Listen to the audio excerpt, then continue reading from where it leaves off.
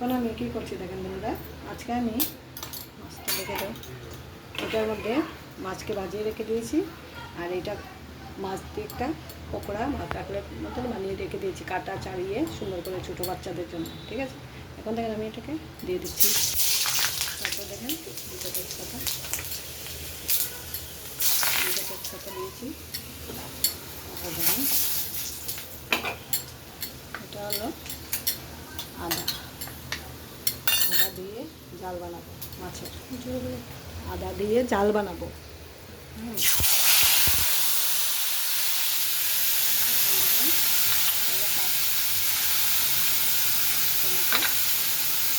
তিনটা টমেটো দিয়ে দিয়েছি, ছোটো ছোটো দিয়ে দিয়েছি লঙ্কা, কাঁচা লঙ্কা,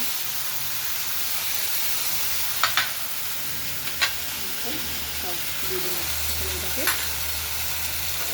3 মিনিট ঢাকা দিতে লাগবে, 3 মিনিটের জন্য ছেড়ে দেবে এটাকে। ঠিক আছে, এখন এটাকে যাতে উপর সফট হয়ে গেছে, তখন আমি কী করছি, এটাতে নিয়েছি এটাতে নিয়েছি জিরার গুঁড়ো, ঠিক আছে, হলুদের গুঁড়ো নিয়েছি। এখন এটাকে অল্প নুন দেবো, এটাতে অলরেডি দিয়ে দিয়েছি, এখন লাগবে না, অল্প দিয়ে দিয়েছি জিরা হলুদ। এটাকে একটু জল দেবো না, কেন এটাকে ভাজবো আমি এখন। ঠিক আছে, টমেটোটাকে সাইড করে দিচ্ছি।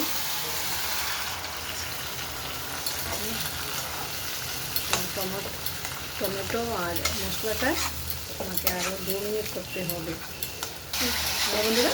এখন আমি অল্প লঙ্কা দিয়ে দেবো, একটু কালার দেওয়ার জন্য দিচ্ছি। আপনারা দিলে দিতে পারবেন, না দিলেও পারবেন। কাঁচা লঙ্কা, আদা, একটা আদার ভাত, আদা দিয়ে মাছের ভাত। ঠিক আছে, দেখুন একটা জল দিয়ে দিচ্ছি, হয়ে গেছে। এটাকে একটু কষতে লাগবে, এরকম করে টমেটো জলটা শুকিয়ে যাবে।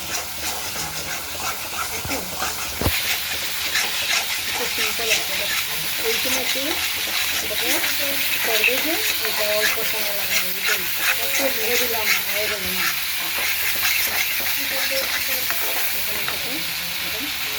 জল দেবো, যেহেতু আমার কাছে মাছ আছে চলছি,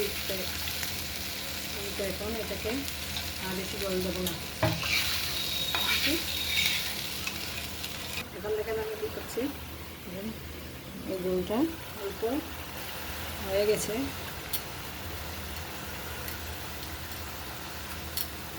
এরকম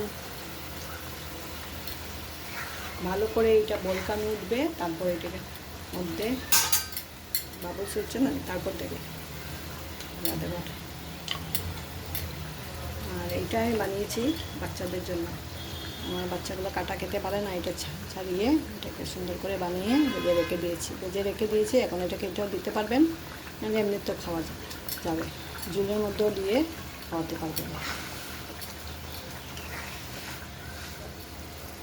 বন্ধুরা এখন হয়েই গেছে প্রায়, এখন আমি এটা নামিয়ে দিচ্ছি।